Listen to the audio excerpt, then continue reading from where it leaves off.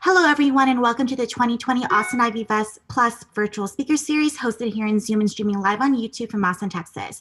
My name is Stephanie Pace. I'm a realtor here in Austin and the president of the Cal Alumni Club of Austin, an affiliate chapter of the Cal Alumni Association at UC Berkeley, and an active social and professional networking organization of more than 300 Cal alumni living in Austin, Texas. This event tonight not only represents UC Berkeley, but also represents the Austin Ivy Plus, a collection of over 1,000 Austin-based alumni from all the Ivy League schools, the Seven Sisters, and several prestigious private and public universities. And tonight we are highlighting the incredible work of Austin-based superstar Polly Shrewsbury. Long ago, Polly took her parents' guidance to heart, to be an engineer, because there's nothing you cannot do with that degree.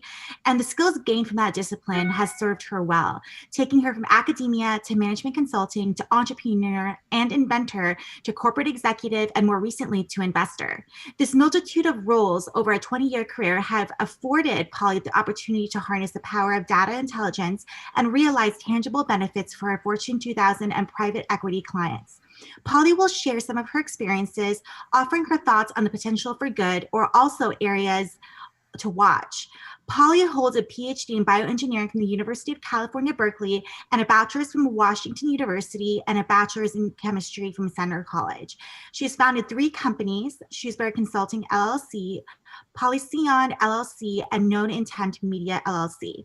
Polly is an avid supporter of science and education. She additionally serves on the Board of Ballet Austin, and she is the Washington University Eliot Society Chair for Austin and San Antonio. Now we're ready to hear from Polly. Take it away. Thank you, Stephanie. It's a pleasure to be with you today, and I appreciate the opportunity to talk to you and to our alumni, fellow alumni about this topic. I'm going to share my presentation, and we can get started. So as Stephanie mentioned, I do hold a PhD in bioengineering from Berkeley. And throughout my 20-year career, I will say that the one thing that has underscored all the different things that I've done is data. So understanding how to use data, understanding how to harness data to drive business decisions. And that's what I want to focus on today. And also, before I jump in, if you'd like to connect with me on LinkedIn, please do. It's Polly J. Shrewsbury. So today, we are best described as being in a digital era in the new data economy. So data is today's is the oil of the digital era, giving rise to a data economy that's defined by soaring profits and tech giants. So if you look on the left, there's a picture from The Economist in 2017. So illustrating the fact that today is so much driven by data companies. And the profits of those companies reflect that. So if you look at the top 5 tech companies, Google, Amazon, Apple, Facebook, and Microsoft, you can see in the bar chart how the revenue has risen over the past 3 years, and also look at how earnings has risen over the past 3 years. So taking out Saudi Aramco, these technology companies are now the most valuable companies in the world, with a combined market capitalization of $5,391 billion, according to Yahoo Finance and Statista, which is just amazing. So what is happening with data? What are the market trends? Well, there's an increasing volume of data being collected, stored, analyzed, and sold. And I think that's really important for consumers and users to understand that when you're online, when you're looking at different things, when you're opting in or granting permission for companies to email you or contact you, that data is being sold sometimes. So being aware that it's happening and understanding when it's happening is important. The other thing is that there are a lot of advances in technology that are increasingly enable data collection and analysis, particularly on large data sets and in near real time. So it's not like the data is being collected and stored and then it's analyzed over the course of weeks or months. The infrastructure, so the ability to transmit data, machine learning, and the power of our data processing tools and analysis are much more enabling and facilitating collection and actioning that data in real time. There's a growing awareness of the value of data intelligence and a desire to action and monetize it. So data intelligence is moving beyond just being a competitive advantage and more table stakes. So if the companies want to be competitive and relevant, they need to know how to harness data intelligence and use it to either improve or create a enticing consumer experience, and also to drive business decisions. And because of that, because there's an ability to action data in real time and to derive intelligence from that data, it's being used more and more across all aspects of our life, and it truly is transformative. So now I want to give you some examples of how it can be used, and these are based upon consulting projects that I've done in businesses, particularly in ad tech that I've both have built and have run. So these are certain just examples, but there's other things that, other ways that data can be used and other goals. But just to kind of give you a little bit of a flavor, you can see the industries on the left, some example use cases in the middle, and then the goals on the right. The commonality, in my view, across all of these use cases is that companies are trying to deliver the right something at the right time. So if you think about healthcare and insurance, companies are looking at member data, so like member records, diagnoses, claim history, engagement with caregivers, health studies, and using that to understand how to segment or stratify their member population. So who's well, who's at risk, and based upon that, trying to determine like what's the best care management model to serve those different strata or different member segments. And there's benefit from that. The KPIs that they're targeting are improved patient outcomes, but also improving the operating income of the company. So the macro goal is the right care at the right patient at the right time, but do recognize that in delivering this, these companies also hope to improve their business results. So that is just a necessary part, and it should be an expected part of business. Another example is in advertising. So looking at online behavior across all your devices, whether you're on a laptop, on a mobile phone, or other types of connected devices that we are all increasingly using and interacting with each other and with corporations on. But that online behavior can be combined with other information. So it can be combined with demographic information. So how old are you, where you live, how much money you make, what types of transactions you're doing, what are offline indicators of interest, such as what magazines do you subscribe to, and also, and increasingly, where you are. So location tracking. Based upon all of this information, we can use it to understand the users and understand what user experience that we believe that an individual wants, and then how best to engage you. So that will inform offer targeting. So what types of ads are served to you. And again, the end goal is to try to deliver something of interest such that the consumer will engage with the company.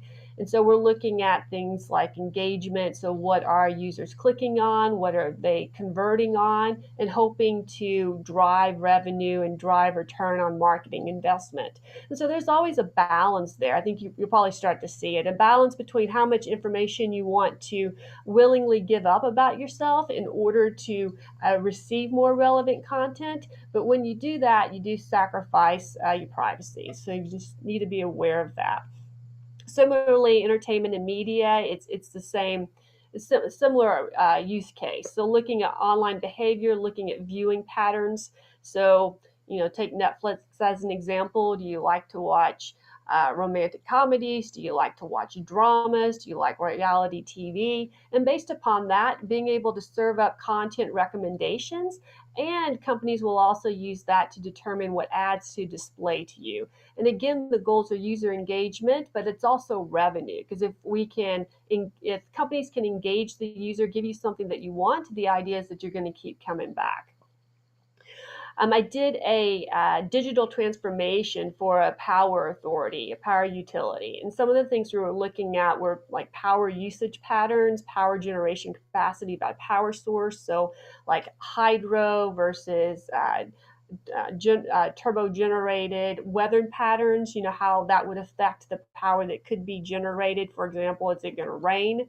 And then the hydro power would go up. And so what that lends itself to is how do we generate power? How do we distribute power? What does that future state smart grid look like? So how much of power is being centrally generated versus how much is being generated on the edges, like through kind of the more renewable resources. And then consequently, what does that look like for the utility? How much can they expect to generate to be able to deliver power and serve the consumer, the residential, and also their commercial base?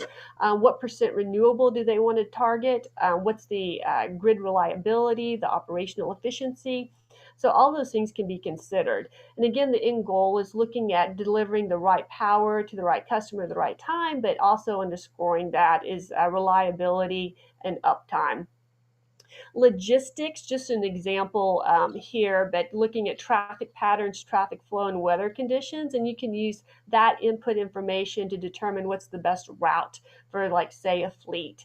So route them to avoid bad weather, which ultimately helps with the speed of delivery, the reliability of delivery, and their operating income. So different examples of how you can use data to best inform that business decision and to try to optimize business performance with the consumer benefit of being able to deliver something that's relevant and timely and of interest.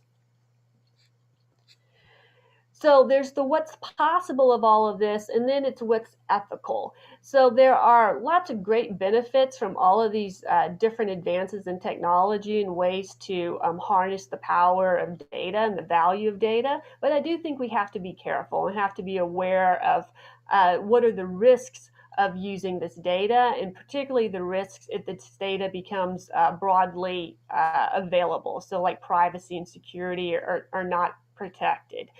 So with the healthcare insurance, like a benefit is higher quality care. Like I know as an insurer or as I know as a healthcare provider who my well patients are, and I can give you wellness protocols and wellness options to keep you well. I know who's at risk, so I can intervene and try to help that member get better, get more well, and not their health worsen.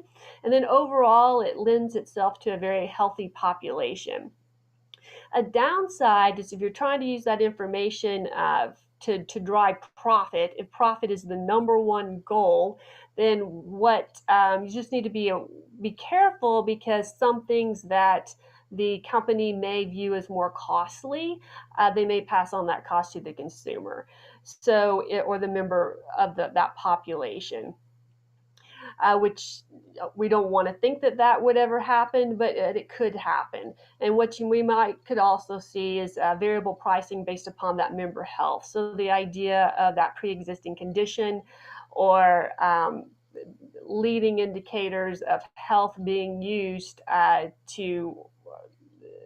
against how much that member has to pay. So rather than a blended pricing, it becomes very targeted based upon health. Advertising, certainly I think as users and consumers, we like getting things to us that are relevant. But again, as I mentioned before, there's a balance. So as we share information about ourselves, just realize that information is being used. We hope, and I think the consumer, it's partly our responsibility, I believe, to interact with trusted providers who are only using that information in ways that we want them to, but also realize that we are in a data economy, and it's a billions and billions of dollar market in selling data. So we want to be careful, or I would advise consumers, all of us, to be careful in where we share data and how we share it, because use or selling of our data compromises our privacy and our security. And then similarly, and if you think about logistics, so knowing where somebody is, your location data, knowing how different types of, like, whether it's power or any type of commodity that we use, knowing how we used it, there's a aspect of it can be compromised or used in such a way to charge us more for stuff that is in higher demand, and to be very targeted and selective about that. Again, we hope that this doesn't happen, but when that data is available, and if you have an executive committee or an operating committee that is trying to optimize on profit alone, these are very real outcomes. And so what's the state of the world? Like, what's protecting us against these things from happening? Well, there are more privacy laws, both in our country, in the US, and globally. California sets the standard for this in consumer privacy protection. So in 2004, they launched the California Online Privacy Protection Act, which required websites to disclose their privacy policies and how our data is being collected and used. The big news in the industry was in January of this year, in 2020, with the launch or the effectiveness of the Consumer Privacy Act, or CCPA, which allows us as users some say in how our information is collected and stored.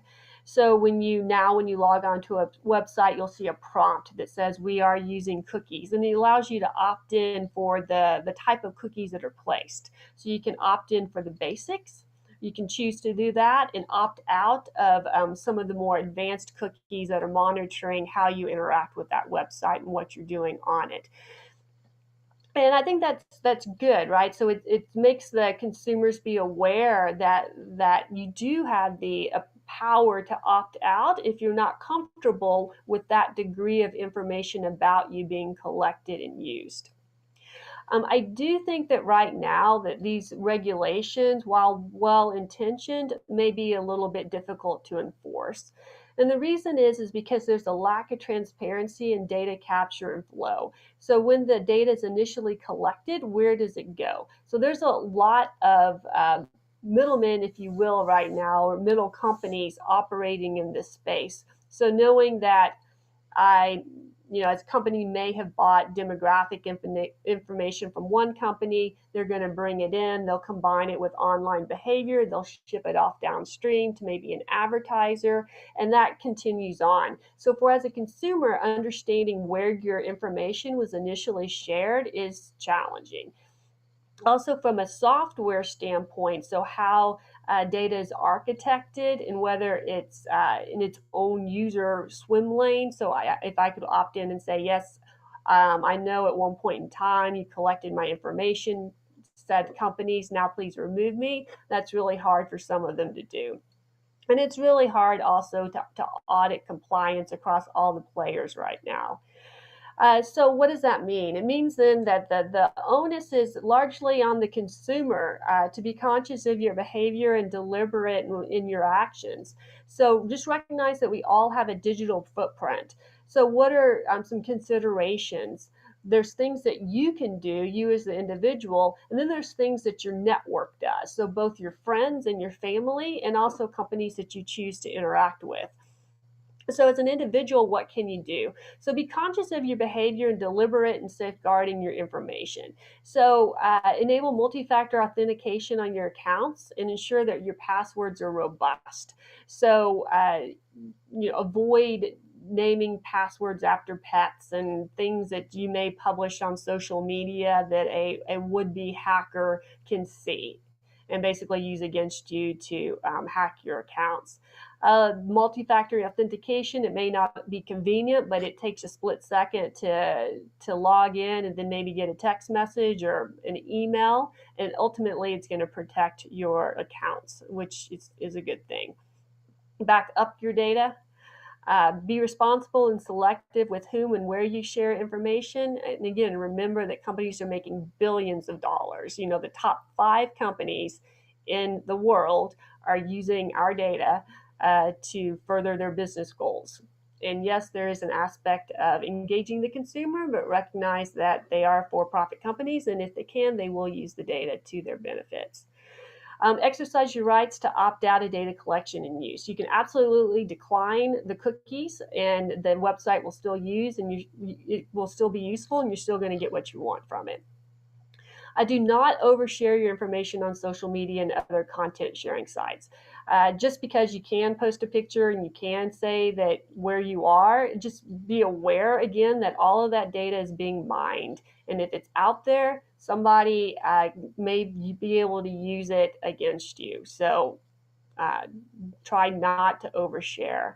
Also realize that when you install mobile apps from third parties on your phone, those mobile apps have code that's written in that it's extracting information about you from your phone. And not only is it extracting information about you, it's extracting information about your contacts. And so you may not want that to be shared. So other things that you may do rather than install like a social media site on the phone as an app, just use the website version of it. Be conscious of your relationships. So, like, you could do everything right, and maybe you have a friend or a sibling who likes to share information and download every app in the world. By virtue of you being in their phone and them downloading a third-party app that is grabbing their contact list, that app is grabbing information about you too. And so what can you do about that? Well, educate your friends and family. So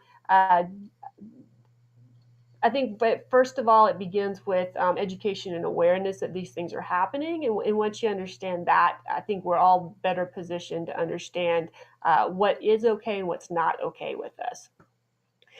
Think about what your network does. So by networks, this is both your professional network and your friends and family. So professionally, from a business standpoint, a consumer standpoint, educate yourself on company policies to the extent possible. So what's the corporate philosophy on safeguarding user information? Is this company a leader in their philosophy and in the things that they're doing, or are they constantly in the news for having consumer information breached? What's the data security strategy, investment policies, and practices? There's things that the companies can do from a standpoint of network, employee contractor monitoring of activities, permissions, multi-factor authentication. So is this a company that's leading in doing these things, or are they lagging? And you certainly would want to avoid interacting with too many companies, if any at all, that are lagging adopters of best practices in data security and privacy. And then, as I said before, be aware of what your family and friends are doing.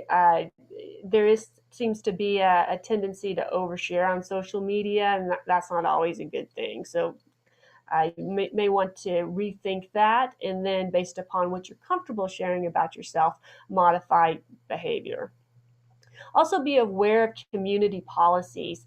Like in Texas, as an example, it's public information like where we live, what we pay in our property taxes, what business filings we may have, like if you own an LLC or an LP or whatever. In other states, that's private. So like Wyoming, Utah, so filing LLCs or LPs in those states may be a good thing for you because it's not going to be publicly available. So what do I think is going to happen going forward? So here's just some ideas, food for thought.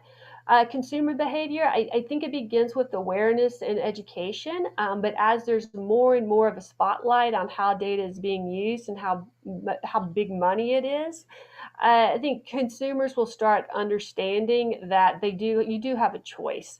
And I think with that becomes greater selectivity in opting in or granting permission for companies to use our data, our behavioral data, so what we're doing online, and also our personal identifying information. So like demographic information, things that can be used to track and identify us and our behavior. Heightened scrutiny on where and with whom PII is shared. And then I do think there's going to be a growing push to have stronger and fewer relationships with trusted content and service providers. And by that, I mean, we all have like our mobile devices, our different types of content carriers like the telecommunication providers. So do I need to give my personal information out to all of them, or is there one that I really trust to be my gatekeeper of it, and then that one company will interact with the others? I think it's going to go more the latter in the future. I mean, industry behavior, I do believe there's always going to be continued technology innovation, and that's exciting. I would like to see that continue to happen, both in terms of the infrastructure that enables data to be quickly transmitted, processed, analyzed, the machine learning, computational learning, and but with that becomes increasingly an importance to ensure that the data is kept private and that best-in-class cybersecurity is in place. And I do also think that industries and companies, if there is a consumer push to have stronger and fewer relationships with trusted providers, the corporations then will have to follow suit, and they're going to be competing for those to be in that trusted position. So to engage the user and be the trusted provider. Federally, I think we're going to see increasingly changes, creation, and modifications to regulatory and antitrust policies and laws. And I also think we're going to see a heightened enforcement of those laws. We actually saw just this week, Facebook was sued by 40 some odd states for buying up their competition. And so they're trying to divest perhaps Instagram and WhatsApp to create kind of a healthier environment and healthy competition, both in the US and globally. So I'd expect that behavior and that from federal, both in the US and globally, to continue. So that is my talk and introduction for today. Can I answer any questions? Thanks, Polly. That was so informative, and it was fantastic. Thanks for sharing. We did have a few questions that were submitted to us in advance, if that's okay. We had one question that asked, what is your greatest concern as it relates to data security and privacy? I think that the greatest is as a that it's shared, that it's breached. So it's like entire databases are falling kind of on the dark web, or they're hacked. I mean, we see this quite a lot, like our banking information, social security numbers. That's my, as a consumer, that's my greatest fear, that one of my chosen providers will be breached or hacked. And with that, all of my information becomes publicly available and susceptible to being used maliciously by, the would-be hackers and entities trying to commit fraud. Our second question was, what is the one thing that individuals can do today to better safeguard their privacy? So that, I think, is just being aware of where all your information is being used and shared. So who are your relationships with? Like the banks, stock markets. Like if you're buying stocks on one of those sites. Other things that enable the exchange of dollars, like PayPal or Venmo. So any place where you're logging in and either accessing personal information or personal accounts, make sure that your passwords are robust and that you have multi-factor authentication enabled. Our team did have a question that is more personal. We just wanted to know which of your work experiences you most enjoy right now. What I most enjoy? I really like helping build companies and helping them think about what do they need to do to grow. I think that's fun. What I most enjoy? I really like health tech. I think it's exciting to to kind of think about like for the good. So we'll assume that this information is being used to enhance our population health and wellness. But I think it is really cool to think about like using our behavior as a leading indicator of wellness. And using that information in a productive way to help all of us be more focused on staying fit and well. And so, how can we use the different information, the different consumer devices, whether it's wearables or telehealth, interactions with care providers, to help us all get the care that we need and do so in a timely manner and cost effectively. Sounds great. Thanks so much, Polly. So this concludes tonight's event. Later on this evening, we're going to have Dave Kramer as our speaker, and he'll be talking about helping UT Austin tackle climate change. And we appreciate you being our speaker. Thank you so much, Polly. Thank you. Thank you for the opportunity.